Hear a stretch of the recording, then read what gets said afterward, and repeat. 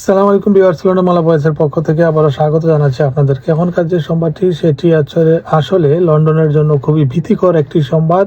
সেই সংবাদটি হচ্ছে মাত্র 72 ঘন্টার মধ্যে লন্ডনে ছুরিকাঘাতে এবং গুলিতে 2 জনের মৃত্যু এবং আর আহত হয়েছেন 7 জন। গত শুক্রবার থেকে সোমবার রাত পর্যন্ত এই ঘটনাগুলো ঘটে এবং এই ঘটনায় লন্ডনে আতঙ্ক বলা চলে বিরাজ করছে। একই সাথে বিভিন্ন এলাকায় এই ধরনের ছুরিকাঘাতের ঘটনা ঘটেছে এবং এই মৃত্যুর ঘটনা ঘটেছে। এর মধ্যে একজনের বয়স হচ্ছে 19 বছর বয়সী একজন কিশোরী, যাকে গুলি করা হয় তার ঘরেই এবং সেখানে তার মৃত্যু হয়।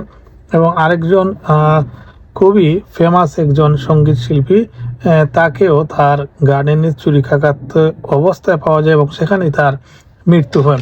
সেই সংবাদটি আজকে বিভিন্ন সংবাদ মাধ্যমে এসেছে এবং সেখান থেকে যেতটুকু আমরা আপনাদের উদ্দেশ্যে পেয়েছি সেটি হচ্ছে যে ফেন্সলি এলাকায় সোমবার রাত 12:15 ডেলগ্রুভ রোডের একটি বাড়িতে গুলির শব্দ শোনার পর ঘটনাস্থলে পুলিশ পৌঁছায়।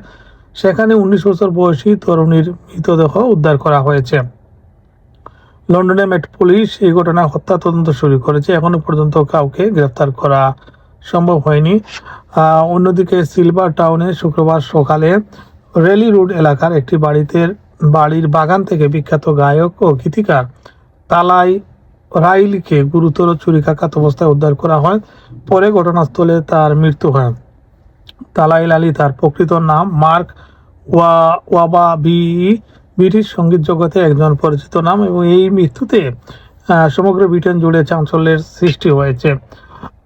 এই ঘটনায় 3 জনকে সন্দেহজনক গ্রেফতার করা হলেও পরে একজনকে জামিনে মুক্তি দেওয়া হয়। বাকি 2 জনের বিরুদ্ধে আর কোনো ব্যবস্থা নেওয়া হয়নি, তদন্ত অব্যাহত রয়েছে। এদিকে এডমন্টন গ্রিনে ছুরিকাঘাতের ঘটনায় 29 বছর বয়সী এক ব্যক্তি আহত হয়েছেন, তাকে হাসপাতালে ভর্তি করা হয়েছে। তিনি গ্রিন রেলওয়ে স্টেশনের কাছে এই ঘটনাটি ঘটে। এখনো এ পর্যন্ত এই ঘটনায় কাউকে গ্রেফতার করা সম্ভব হয়নি।